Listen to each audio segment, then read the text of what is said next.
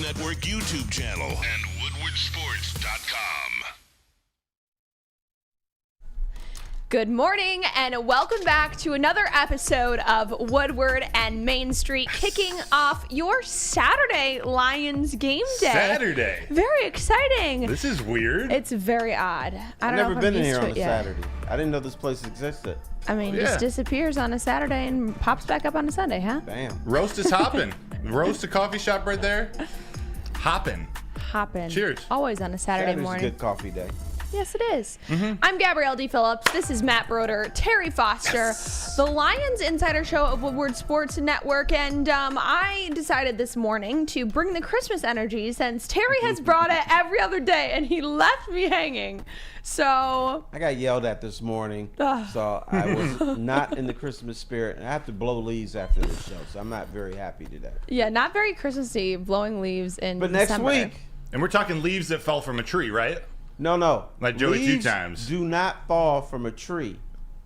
The tree extracts the leaves from it. Okay. No, the tree says, get out of here. The leaves don't just fall. Like the season isn't called fall.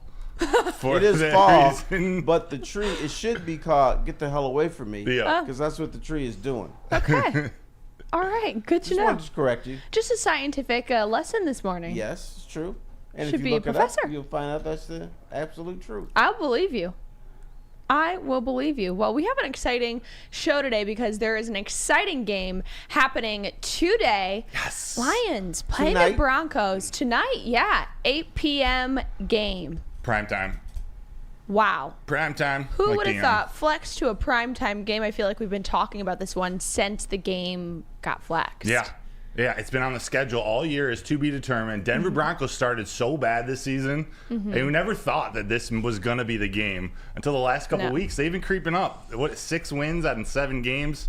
Denver Broncos are one of the hottest teams in the NFL. You know they want to pair the Lions and the Broncos on prime time And Saturday night. Yeah. when you hear Lion fans talk this week, Lions it seems fans. like they should unflex the game.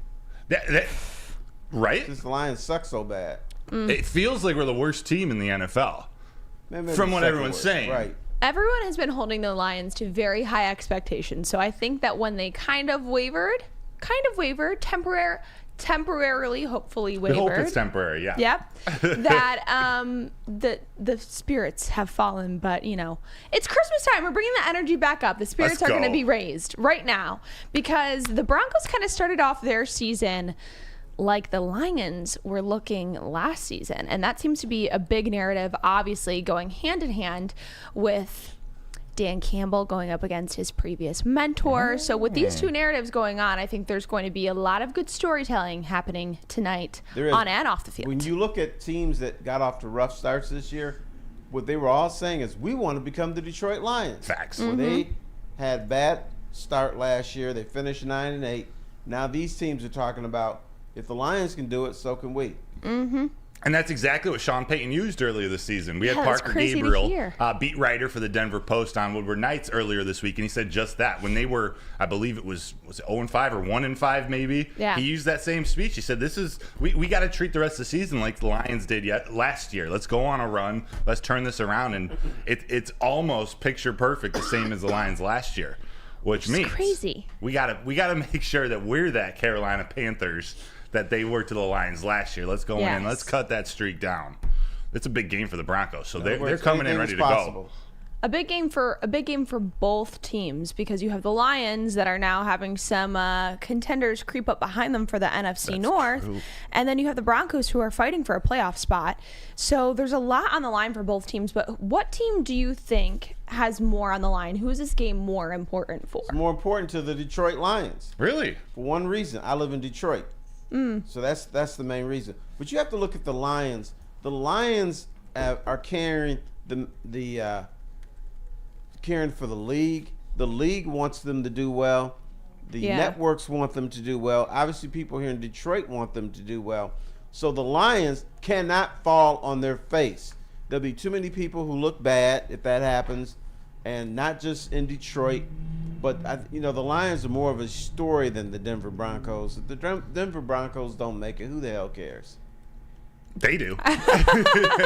Who are they? You're right. True. But for them, they've somehow crept back into the AFC West race. They're trying to overtake the Chiefs for first place, not just sneak into the playoffs as a wild card team. They're trying to beat the Chiefs, and if it comes down to a tiebreaker at the end of the season between the Chiefs and the Broncos, they go by common opponents. That's one of the tiebreaker scenarios, common opponent records. Ooh. Chiefs played the Lions earlier in the year, and the Lions got that dub. So this is an even more important game for the Broncos come tiebreaker time, because actually they have other teams on the calendar that they both play, and the Chiefs right now are up one game in terms of the balance of common opponents. So they need every win they can against a team that the Chiefs have lost to. But don't they play each other? They do. They Kick do, the and they Chiefs' split. ass, and They've that's split. it. Yeah, they've Oh, they split. already did. Yeah. All right. So they have a couple more games left, and I think they have 2 more common opponents. So it might not mean anything, but for the Broncos, they need this just to make sure. To really solidify that. And obviously the Lions, I think, not only need this for the team, but really kind of, as you said, Terry, for the city and for the fans, and they're back home, and can they do it at home, and for the league. And you saw the commissioner out there, and you've seen all of the people from all of the different networks saying how much they love when the Lions are playing great. So everyone needs this. Right. They haven't been so great. The last couple of weeks it's been a rough stretch for the Lions, but there are 4 games left, and this is where they need to start. And I think it's more important for the Broncos, but it's not. This is a big game for the Lions. I agree with everything Terry said. They need to start playing their best football. They have a little better shot of not just making the playoffs, winning the NFC North, and hopefully getting that 3 seed, but they just need to start playing better going into this playoff run. This is a huge stretch for the Lions. The Lions have more of a buffer. They have the 2-game lead, and they got scrubs behind them.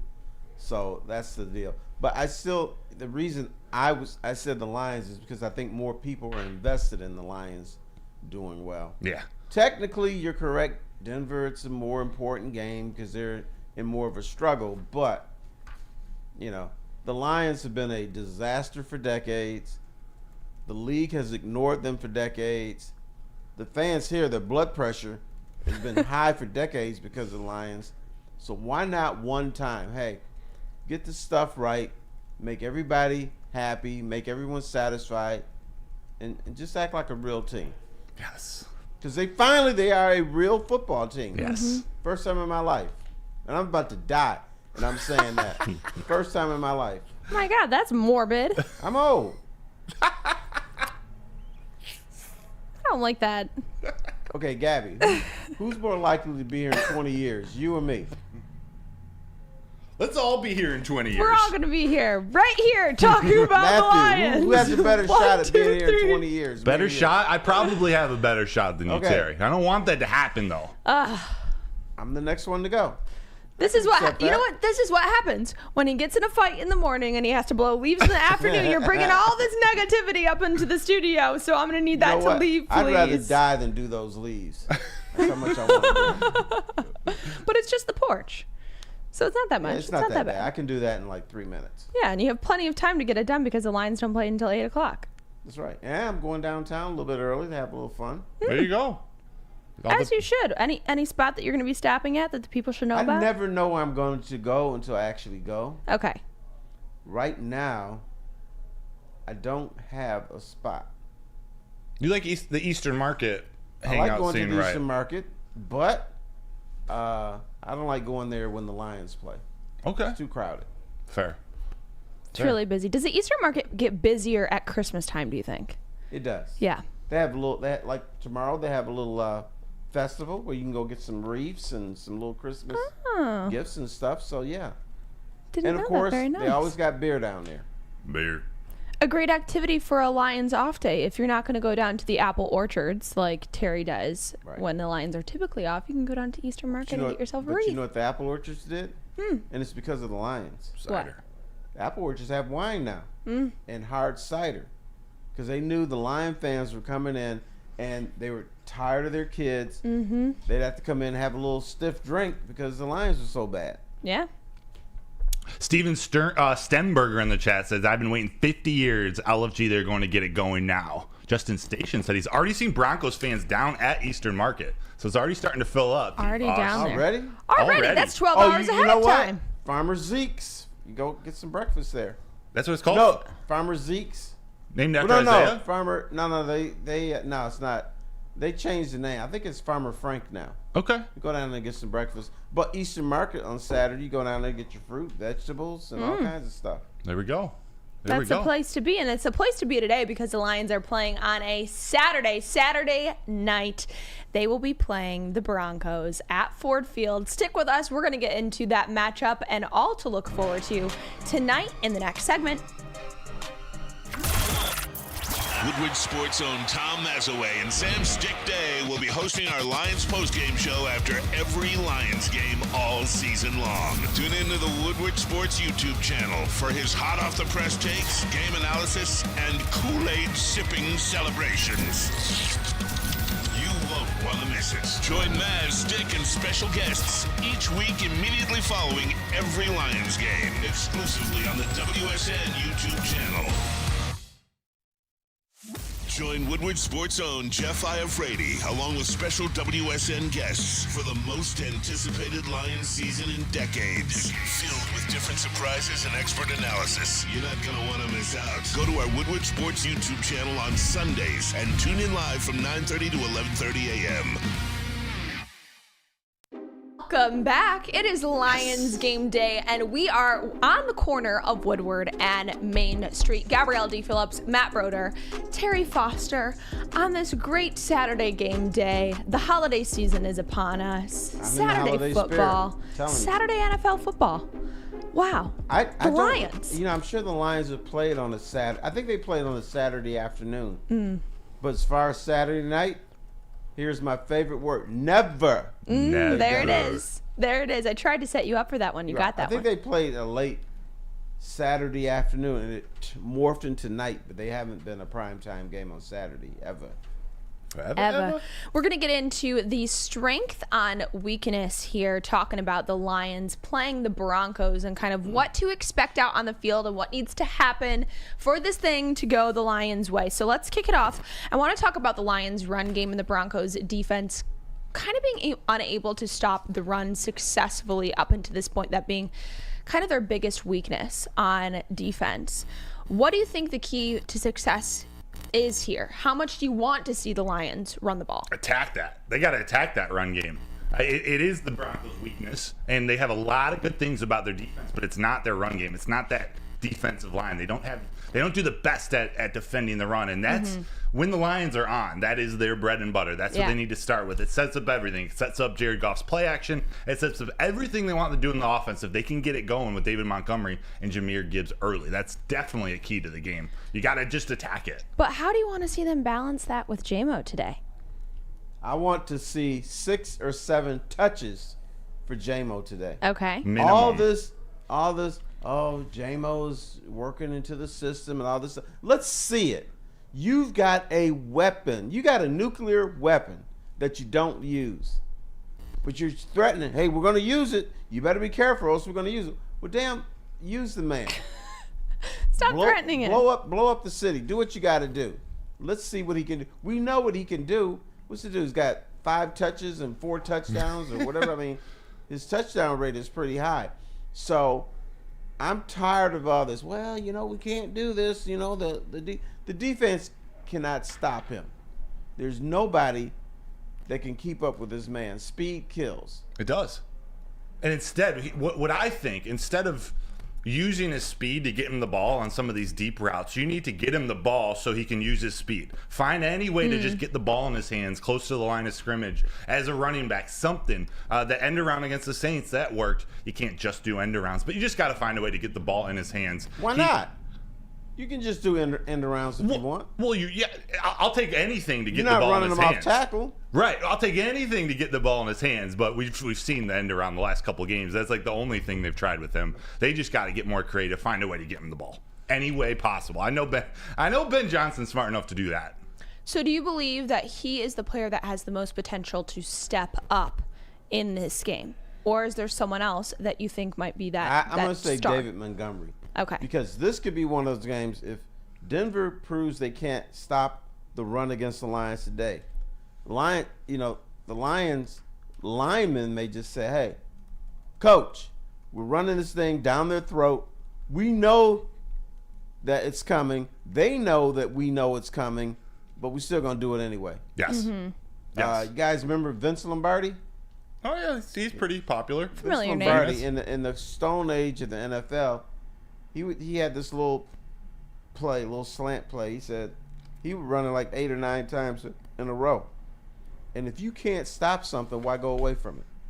Seriously. And the best part of the Broncos defense, where they get most of their takeaways, it's that secondary. They've got pretty good linebacker play, but their top linebacker is not going to be there today. Nick Bonito, their second-year stud. But it's that secondary with Justin Simmons, Patrick Surtain, Jaquan McMillian. Those are the guys that are making the big plays, the takeaways for the Broncos, where they lead the league in takeaways, especially over the last 4 to 5 weeks. If you can develop David Montgomery in that run game, I like Jahmyr Gibbs in this game too, with some of the stuff he can do around the outside to open things up for St. Brown and Laporta. But if you can get that run game going, that just makes those guys in the secondary have to focus on the line of scrimmage more, and then maybe that's where J-Mo gets his shot. Now, Russell Wilson seems to have a recipe where he is throwing to literally anyone that is open.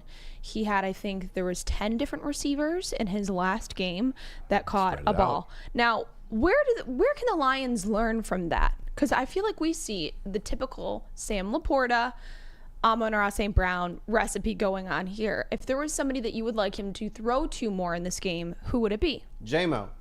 Is there any debate? Well, I guess aside from J-Mo, since we covered that. Hello. Yeah. You just ran into a brick wall. Yep. Yep. It's got to be. It's got to be J-Mo. I expect St. Brown and Laporta to have bounce back. You know, St. Brown didn't have the best game against Chicago, and they locked down Laporta a little bit. I'm not worried about them at all. That was a bad game, and Ben Johnson will find him now. Yeah. How can they make this offense more diverse? How can they create more mismatches against some of these teams? It feels like the offense has been a little bit stagnant for a variety of reasons, but I think some defensive coordinators have started to adjust to Ben Johnson a little bit. He's been a little bit more predictable these last couple games, so we just got to see it spread around. They have so many weapons on offense. Maybe not the all-time top of the league weapons yet, but when you look down that wide receiver group and you start talking about Donovan Peoples-Jones, Josh Reynolds, Khalif Raymond, literally there's 6 or 7 guys, including Gibbs and Montgomery, out of the backfield that all need touches, all need to be involved in the game. It's how does Ben Johnson use them? It was pretty heavy Amon-Ra St. Brown against the Bears, and it didn't really work. How do you spread that ball around and keep the defense second guessing? Because Vance Joseph, the Denver Broncos coordinator on defense, he's creative, and he's a veteran defensive coordinator, so he's going to be prepared. And we know Sean Payton's going to be prepared going against Dan Campbell. Maybe defensive coordinators have adjusted to Ben Johnson, but have they adjusted so much where they devise a defense where Amon-Ra St. Brown drops the ball when he's open? No. Catch the damn ball. That's what he does. Every time the ball is within 10 yards of Amon, I think he's going to catch the ball. Yeah. That's what he does. I've never seen him drop balls. That game, it was an anomaly. It was. I don't expect to see that ever again out of St. Brown. It will happen at some point in his career, but it's just unlike him. You're so right, Terry. So if he catches the damn ball, nothing. Then there's your dude answer. is open even when he's not open. Yes, that's a great point. Yeah. Which Always be open. That's why ball placement, not just accuracy, but ball placement out of a quarterback is so important. You know, not just getting. Even if he gets the flutter ball. Yeah, no. Even if he gets the flutter ball, it's where does he catch it? There's so many times where it looks like some throws might be low or in a certain direction, but Jared Goff's actually very good at keeping the ball, keeping his wide receivers out of harm's way. He sees the safeties coming or the linebackers coming, and that's when he throws them low. And that's when St. Brown usually catches them, which he didn't last game, but he's going to again. We're talking a lot about Jared Goff, but I want to take a moment to step back and look at another part of Russell Wilson's game, and that is his mobility. Yeah. And he's been running a lot this season. And we've seen how the Lions defense performs against a mobile quarterback. This is, I'm hoping, a game for a lot of turnarounds here. Can the Lions defense adjust to this mobile quarterback? No, they can't. He's going to tear them up tonight. But when you look at the Detroit Lions, here's the key: turnovers. In their victories, they have a plus-minus turnover margin of +7. and their losses is -5. So you hang on to the ball, simple as that. You win the game. If you don't, all this other stuff we talk about doesn't matter. If you hang on, if this team right here hangs on to the ball, they will win tonight. They'll beat Minnesota. Dallas, I don't know about that one.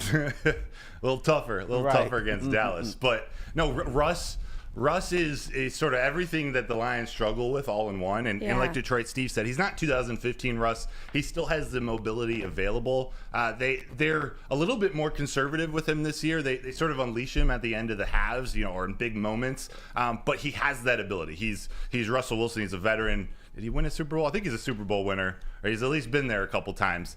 He has that ability to sneak out. But even worse for the Lions, when he does kind of roll out or evade pressure, he likes to throw the ball deep. He likes to find Cortland Sutton or Jerry Jeudy, and that's where some of our DBs, our secondary, has struggled when there hasn't been enough pressure on the quarterback. They've gotten beat, and then those guys have been wide open, especially early in the game. So it's got to be important not just to contain Russ, keep him in the pocket, but also keep those big wide receivers in front of you. You remember I was talking about the white boy wiggle? Yes. Yeah. Russell Wilson doesn't have the white boy wiggle. First of all, he's not white. But he runs like a penguin. Thanks for clarifying. He does. Watch him run. And then go to one of those documentaries where the penguins are going like this. He runs like a penguin. His ass is all over the place, and he has those short, choppy strides. So that 1-2 step. Right. It's not the white boy wiggle you're worried about, but it's the penguin wiggle. He's a guy that you think you're going to blast, but he does that little penguin wiggle, and then you miss. So that's what the Lions have to worry about. Aiden Hutchinson, he can't fall for the penguin wiggle. Add it to the list. Penguin wiggle. This is going into the Woodward and Main Street glossary that we need to create and every in single Sierra's show. next music video, I'm sure. Oh, for sure. Yeah. Needs to throw that in there. You were talking, Terry, about the turnovers, and that's where this game is going to be kind of held, is where are the turnovers going? But Denver, winning 6 out of 7 of their last games, has 2 or more takeaways in 5 of their last 6 games. Does that worry you? Of course. But on the flip, this offensive line is healthy again. Yeah. I think they're healthy, but the Lions always seem to have like a Saturday morning or a Friday night injury. I don't know if these guys are going to the club or something and getting injured, but they seem, the last time I checked, they were completely healthy. But you got to stay up to the minute with injury reports for these guys because they're not even getting injured on the field. No, they're not. They're not. Also, to go back to the Broncos real quick, in the last 4 games, since week 11, they've forced 12 fumbles. They've generated 18 sacks in the last 3 games. Both of those are number 1 in the league. They're hitting their stride defensively in takeaways. That's what's winning them this game. They're not the perfect defense, but when they have the opportunity, they're trying to punch that out, and they're trying to take the ball the other way. So whoever wins, like you said earlier in the show, whoever wins this turnover battle is likely winning this game. So Jared Goff needs to hold on to that ball. Yes. He can't be the little mittens guy. He can't. He's got to be strong guy. I'm carrying this football like this is my baby. Yeah. No one drops a baby. Don't drop the baby. Don't drop the baby. That's got to be his mentality. Definitely. Don't drop the baby. And throwing it is both fumbling and throwing. They like that Jaquan McMillian, their DB who plays a lot in the nickel. He's like their version of Brian Branch and likes to come attack the quarterback. So that could come from the blind side. Taylor Decker hasn't been playing his best. We'll see if he's out there today. He's expected to be, but we'll see. So he's got to hang on to the ball. But also with Patrick Surtain out there as their number 1 quarterback, he's a lockdown quarterback, and he may not have most of the takeaways, but because he's all over whoever he's guarding, it allows the other guys, Justin Simmons and the other guys in the secondary, to be able to make plays, to be able to watch Jared Goff's eyes. So he's got to do as good a job as he has all season, maybe up the last 2 seasons, controlling his eyes, making sure that those secondary pieces for Denver aren't following him and aren't going for the interception. Patrick Surtain is the guy the Lions could have obtained when what's his name, C.J. Deuce or C.D. Deuce. C.D. Deuce.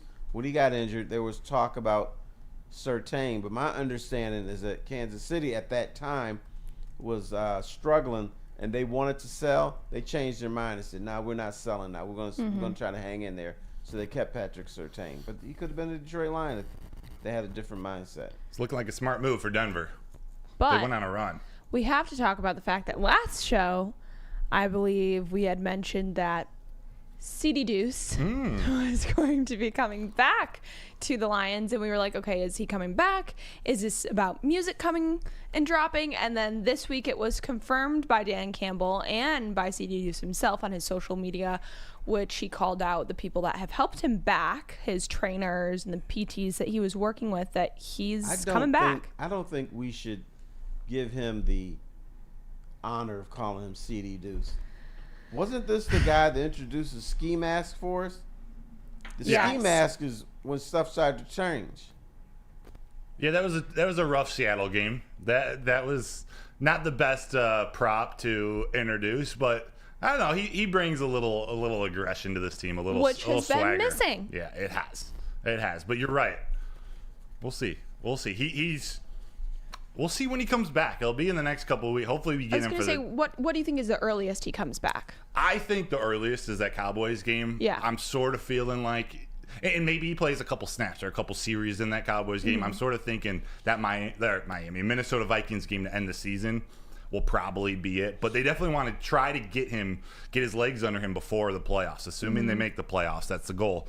They want him to get back to game speed and to experience recovery from this injury. Once you get back out and hitting, rehab and all that is one thing. Once you go through a full football game, your body needs to recover. Your pec needs to recover. So he needs to go through that for a week so he can recover in the playoffs and still be 100%.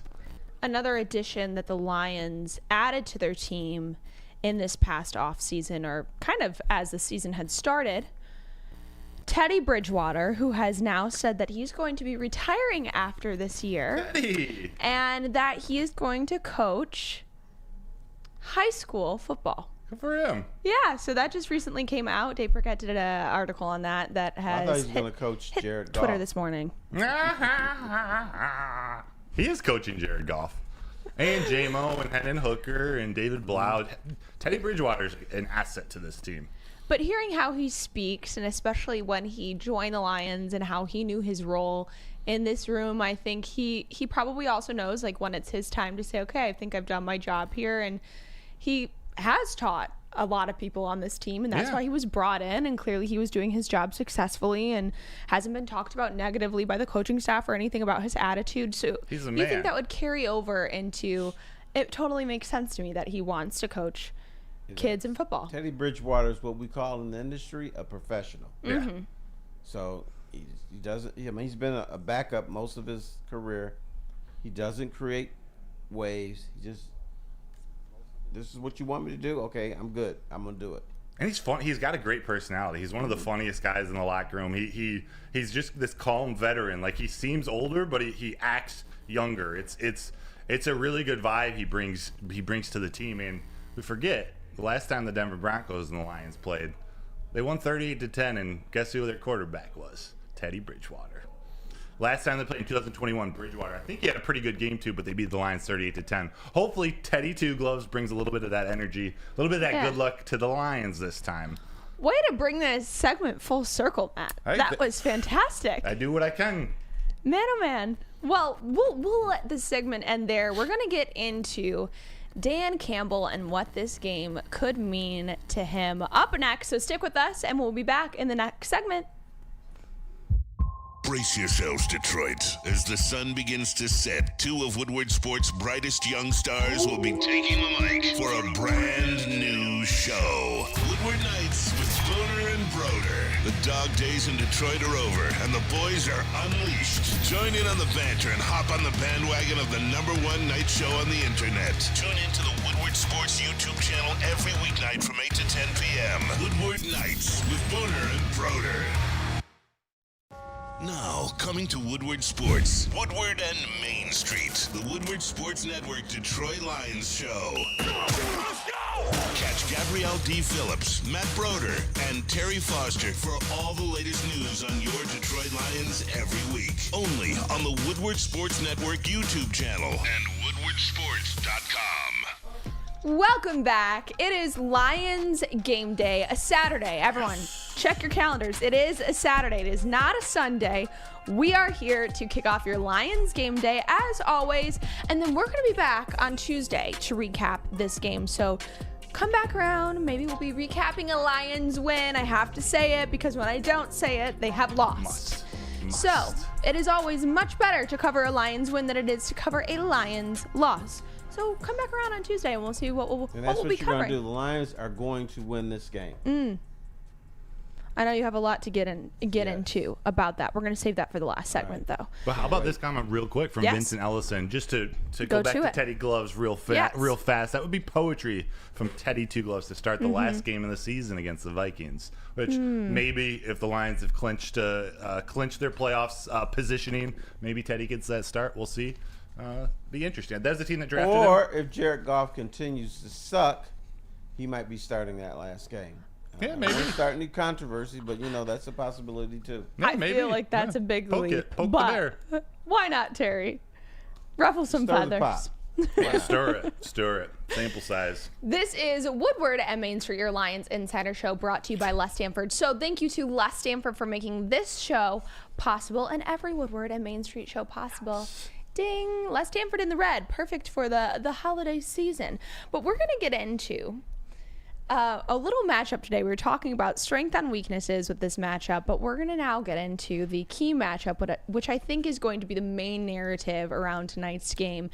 Dan Campbell going up against his former mentor, Sean Payton. So we're talking about, what that means to him, what that means to each of these coaches. There's been a lot of talk about, each side. How are you feeling about going up your mentor? How are you feeling about going up your mentee already? So Dan Campbell played for Payton on the Giants, Cowboys, and Saints. And then he spent 5 years working under him with the Saints. So, that is a history. And Sean Payton has come out and said that he wanted to create those. He wanted those opportunities for Dan Campbell because he saw that in him from the start. And Dan Campbell's coaching has been compared to Sean Payton his entire coaching career with the Lions for those reasons, but now it's going to really be put up to the test. So I have to know from you guys what your thoughts are. Is Dan Campbell going to pull out all of his tricks in this game to go up against his former mentor? It's going to be tricky. So what I hope that Dan Campbell stays within himself. Yes. And I'm not saying don't be himself, which is aggressive and he can be creative and do some trick plays, but I hope he doesn't overdo it now that he's going up against Sean Payton, who's the king of trying to catch people by surprise, to the point where in a Super Bowl, second half of a Super Bowl a couple years ago, it was an onside kick. He went for the onside kick to open the second half. Like, not many coaches have the cojones to do that. So I just hope Dan Campbell doesn't think he has to go above and beyond. Just be himself. You can be aggressive, but there's no need to show off in that way. That's when a game can start to get away. You get a little overzealous and you make a big mistake. So do what you got to do, Dan, but don't push it.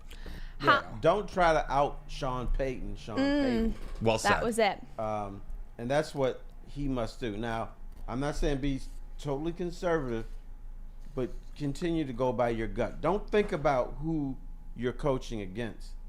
Think about the end result. You want to win. Sean Payton wants to win. But Dan Campbell has to remain who he is. Not think about Sean Payton. Just focus on that game. Because here's what I hear about the NFL. When we play that game, we're focused. We don't hear the crowd. We don't hear this. We don't know who we're playing. It doesn't matter who we're playing. That's the same mentality that Dan Campbell needs to have. Yeah. I think a bigger statement as a coach going against a mentor is the more physical you can be. If the Lions can get into their run game, if they can, just absolutely dominate the line of scrimmage with their offensive line, who's hopefully healthy today, like that to me sends more of a message to a former coach, a former team. You just out physical them. That's where, I don't want to say it would embarrass the other team, but that when you out physical someone, that's when you really make a statement. So it's not just the trick plays. Just go run the ball. Just go pound it down Denver and don't even give him a shot this game. That's what Dan Campbell needs to do. Well, would you run the ball on 4th and 1 at your own 40? I would, as long as it's not like a halfback misdirection to Jahmyr Gibbs a little outside of the tackle. I would just stand it to Montgomery right down the middle. Or Laporta was playing fullback. Put him in at quarterback and run the tush push. Put Laporta, Malcolm Rodriguez, and then you're running back and do a tush push. You know what? This season. Glad you mentioned that. A very wise man on this show, like the second show said, Sam Laporta is going to play some quarterback this season. Yes. Sam Taysom Hill Laporta. Oh, we haven't seen the tush push out of the Lions, have we? I think they did it. They did it once. Malcolm Rodriguez was the pusher of the tush. I don't think Jared Goff wants his tush pushed. I don't think he does either. You know, I mean, yeah. Every guy doesn't want that. Keep your hand off my ass. Yeah. No thanks. And it would have to. I mean, you'd have to have not to get serious again because that's. Now don't get serious. Say silly. Say tush one more time. Tush. All right, there you go. There you go. It would have, Frank Ragnow's got to be in there at center for it to work. No offense to Greg Glasgow. There's a difference when you got Frank Ragnow or Jason Kelsey for the Eagles at center. That's where it all starts for the push of the tush, the brotherly shove, as they call it in Philadelphia. Yep. It's another one. I gotta say that we're speaking of Philadelphia, and I want to bring it up really quickly because I am in the Christmas spirit. Their Christmas album. Gosh, would I love to see Dan Campbell do something like that. I would love it. I think he brings that, like, in the same way that Jason Kelsey brings that energy, Dan Campbell kind of brings that energy in the coaching world, and I would love to see him do something like that. He can do it after the season. Yes. Every time the Lions do that? something special, come up with little stupid songs or sayings or something, everything falls apart. So what could he do after the season that brings that same energy? Because it can't be Christmas by the time the season ends in January, February. I still say he should come out with a Dan Campbell coffee book of quotes. It would be perfect because of the coffee and all of his quotes and his love of the coffee, and everyone knows it. I think that's spot on. Really need the Lions to get on this. The Lions social media team, your fantastic graphics this year need to be made into a coffee table book.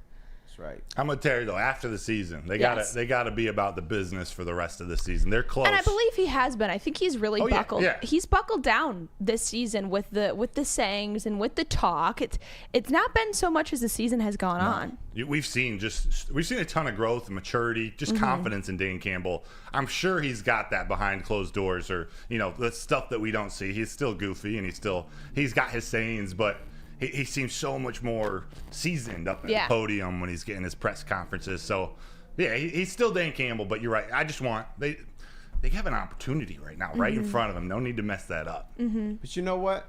He has matured a little bit, and haven't been as good. Maybe it's time for Dan Campbell to be stupid again.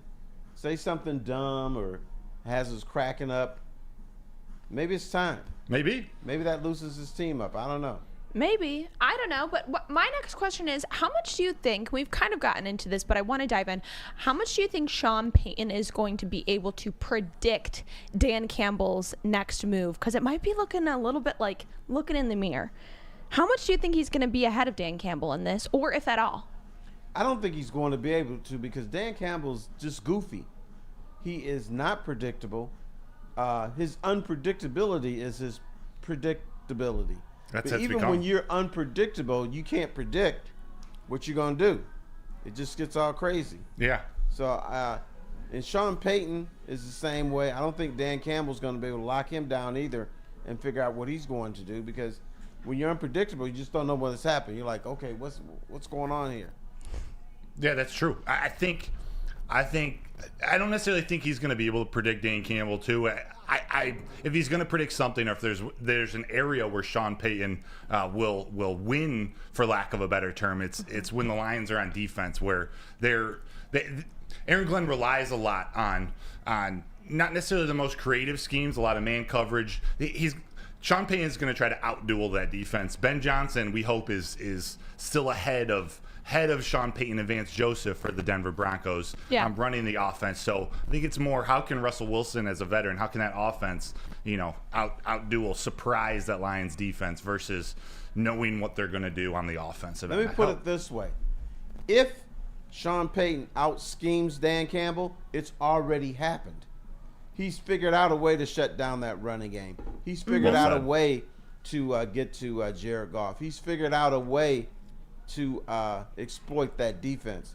So if he's going to clock Dan Campbell, he's doing it in practice. Well, he did it in practice because they're already done. So he's already done it. It's not going to be on game day. So, oh, man, did you see what he just did? Oh, my God, this Sean Payton is a genius. Oh, what's going on here? It's not going to be something like that. Now, beginning of the show, I had asked, who is this game more important for? So I want to take this a little bit more zoomed in. Which coach would this win mean more to?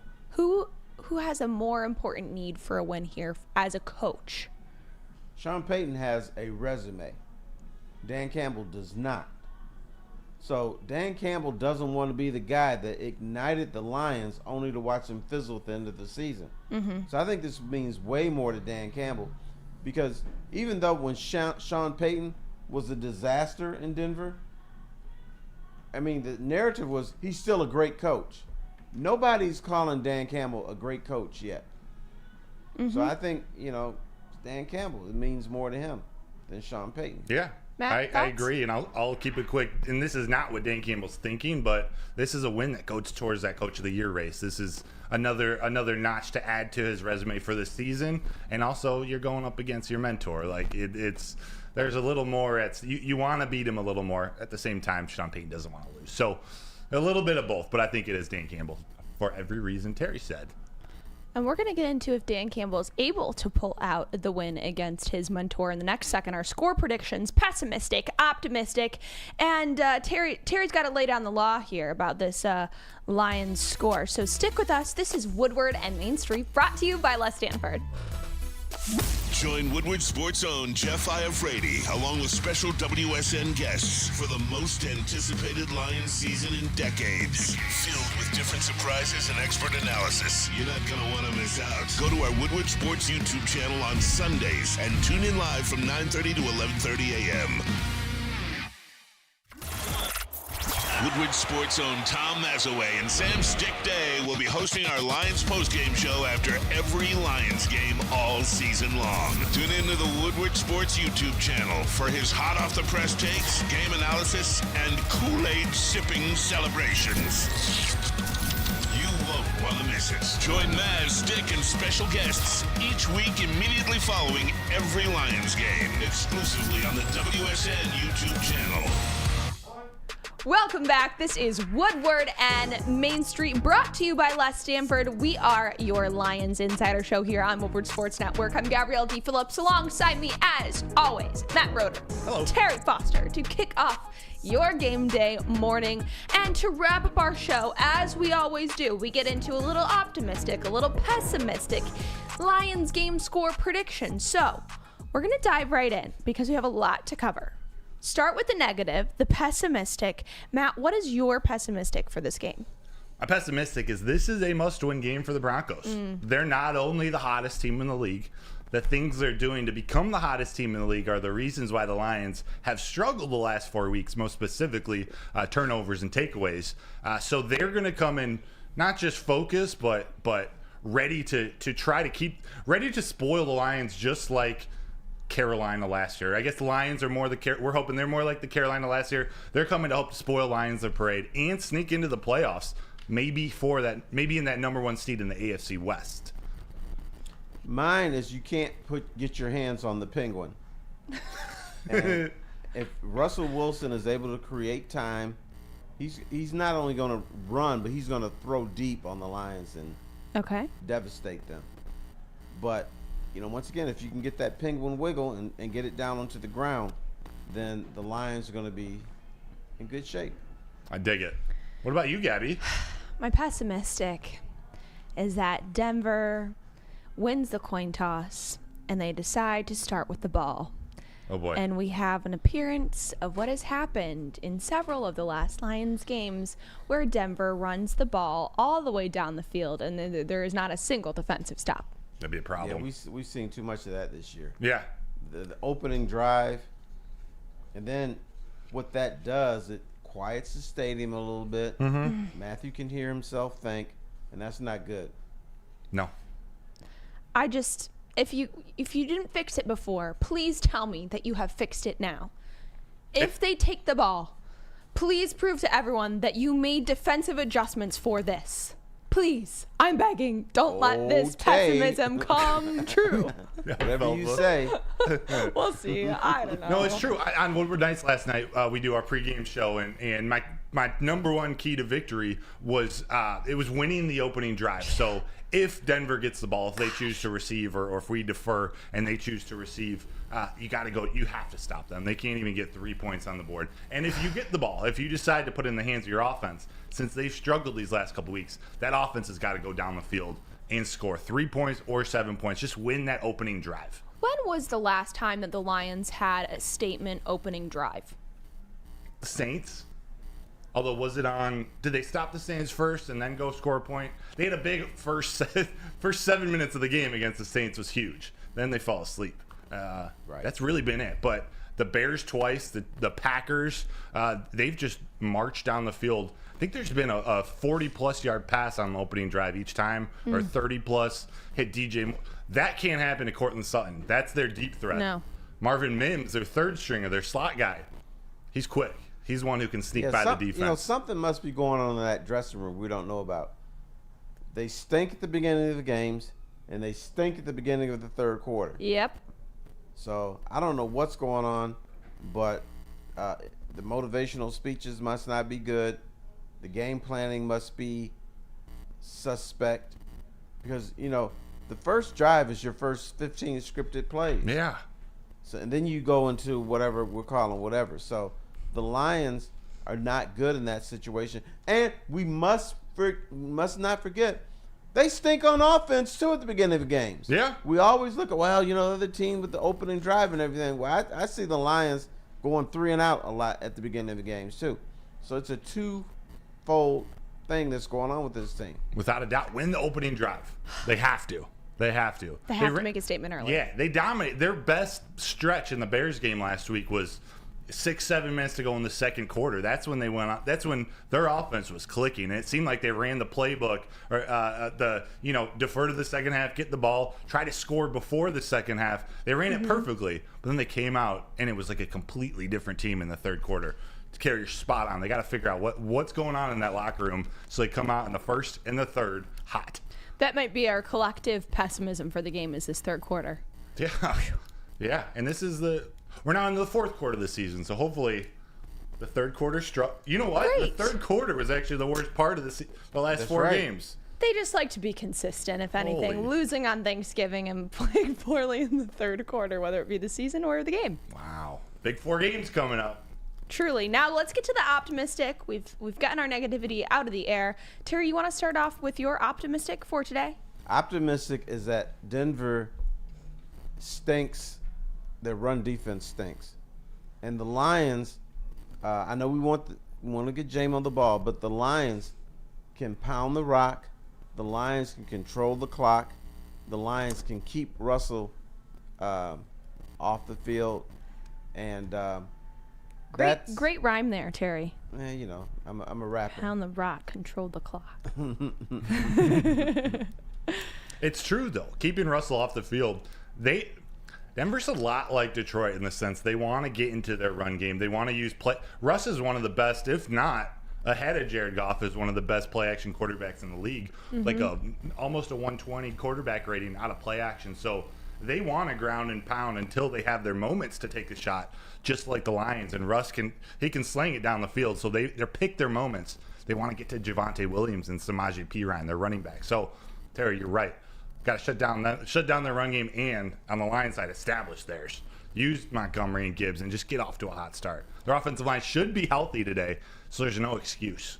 None. That's my optimism right there, and Terry already said it. So I'm not cheating. I didn't steal yours because I have it right. I have it down right here. The run defense on the Lions' run game. That strength on weakness has been a theme this entire episode for a reason. So hopefully we'll see that come to fruition in this game. Yeah. Do you have any other optimism that you want to add to the pot here? I do. The Lions are pissed off. Like this week down in Allen Park, it's felt different. It hasn't felt bad. It's felt focused, but it's felt pissed off. Okay. Like they're a little shorter with their answers with the media. They're a little more they're all business. Like that's the coaches didn't need to motivate them any extra. Amon-Ra St. Brown said earlier this week, we were excited to come into work. He, of all people, playing in Chicago against his brother, he was pissed off after that last game. And something like that spreads in a good way. They can't go out and lay another egg. This is huge for them. This is a prime time. This is prime time against the Broncos. It's a statement game for them. Not a must win, but a statement game. I just think they're going to be ready. All right. It's time for those score predictions.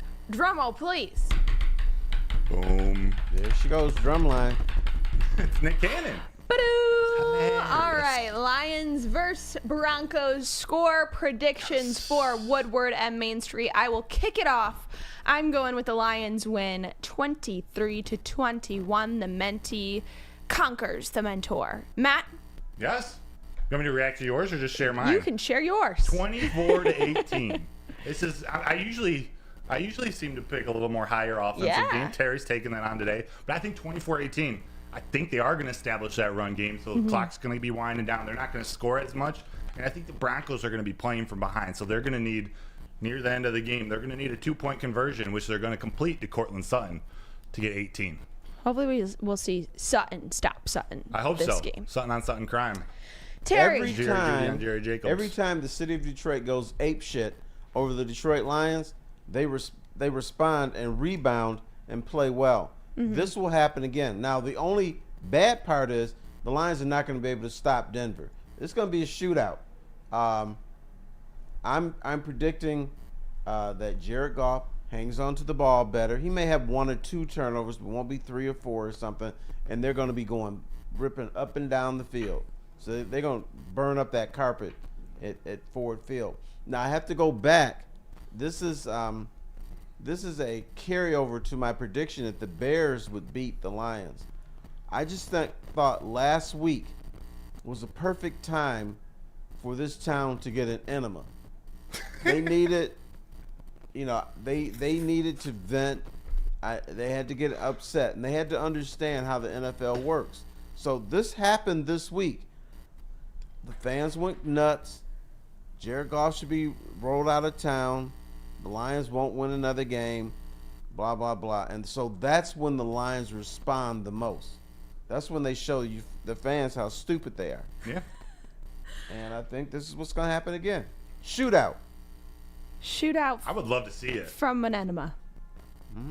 This game may not end until Sunday morning. Really?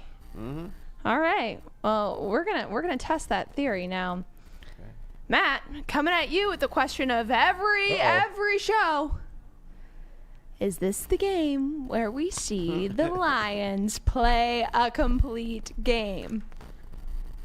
Not yet. Ah! Not yet. I worry. It's weird. I worry about the field goal kicker. And there's just something about it. It changes the entire strategy, and I'm still not confident in that yet.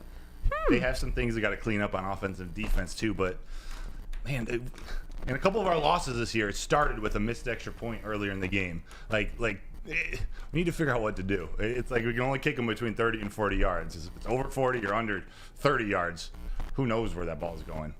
So that's the only reason I'm not there yet. I got to see it. I hope they play a complete game. I hope this is the week. Are you in the same boat as Matt here? It's not time for a complete game yet. Now maybe they're not a complete game team. Maybe they go well with drama. They do. When the Pistons won the championship in 2004, what did Chauncey Billups always say? If it ain't rough, it ain't right. Maybe this is it with the Lions. If it ain't rough, it ain't right. And this NFL season, I've nicknamed the revenge of the nerds, because the bad teams have made the good teams look bad at some point during the season. Arizona did it to Dallas. True. The Jets did it to, was it Philadelphia? Yeah. Kansas City has looked bad. Miami they put 60 points on Denver. 70. Yeah. And then look like ass a couple weeks later. So this is the revenge of the nerds. Today or tonight, These are two non-nerdy teams. Somebody's got to win it. I think it's going to be, hey, fellas, we're gonna go like the Denver Nuggets and the Pistons when the Pistons beat Denver 186 to 184. That's what we're going to see tonight. So, Terry, I mean, you did bring up the 2004 Pistons, which had a man named Rasheed Wallace on it. He liked to make guarantees. I'm guaranteeing you that the Lions are going to win. This is not just a prediction. They're going to win because, once again, this goes back to my 2-week narrative. Lose to the Bears, get all the Lion fans, their feathers up in their dander, and they're all pissed off and everything and think this is the end of it. And now, a lot of people feel the Lions cannot win this game. They will win this game. Let's go. I love that. Guarantee. Guarantee from T. Guarantee Fost. I dig it. Just recap. Terry just guaranteed the Lions win over the Broncos. I'm with you, Terry. Let's do it. And we'll talk about it Tuesday. How about that? Yes, we will. We're going to talk about it Tuesday. And something that was just brought up in the chat that I also want to mention on air is that the Pistons will play at 6 o'clock. The Red Wings will play at 7 o'clock. And the Lions will play at 8:15. Wow. All of the Winter Detroit sports on full display tonight. So that'll be exciting. Got a couple wins. That- My former mustache was responsible for 23 losses in Detroit sports since October 30th. So Hence why the mustache is now gone. it's gone. Yeah. I like you with your mustache because you look like a little bit like a gangster, like the third guy in charge. It's not the number 1 gangster or the number 2 guy. It's the 3 guy. Terry, I can't think of a better compliment to ever get. It's not a compliment. I'll take it. I take it. You just call me a gangster, and my life is officially complete. Well, I called you a gangster, not a gangsta. So there's a difference. I'll take what I can All get. right, I'll whatever. take what I can get. Little Tommy DeVito. Okay. Yeah. Oh, you mean the Lions quarterback for next year? Oh, wow. That's a statement to make at the end of the show right there. But we're going to be watching Lions current quarterback Jared Goff tonight, prime time, down at Ford Field. I know that there's plenty of people probably already tailgating 12 hours ahead of time down there. They were already tailgating before we even started this show. Damn. Because that's how Lions fans do it. Blown leaves. Lions fans. Lions There fans. we go. I'm going down there, but I got to blow some leaves first. From Hey, big fella, how many flutter balls do we see today? Oh, Funny. Probably 25% of the throws. Oh, they're going to lose then. But I bet you 95% of those wounded ducks are caught because of his ball placement. Jared Goff has phenomenal ball placements. there you have it. Damn, if we see flutter balls, I don't know about my prediction or my guarantee. 41-38 Lions. Completion We're gonna percentage, be here baby. on Tuesday telling everyone how right Terry was with his score prediction. So tune back in on Tuesday at 7 a.m. where we are going to hopefully recap a Lions win because a win is much more fun to talk about than a loss. That's all we have for you on this game day morning. I'm Gabrielle Dee Phillips, Matt Broder, Terry Foster. Happy Lions game day, everyone. Have a great and safe Saturday night. Don't get too drunk.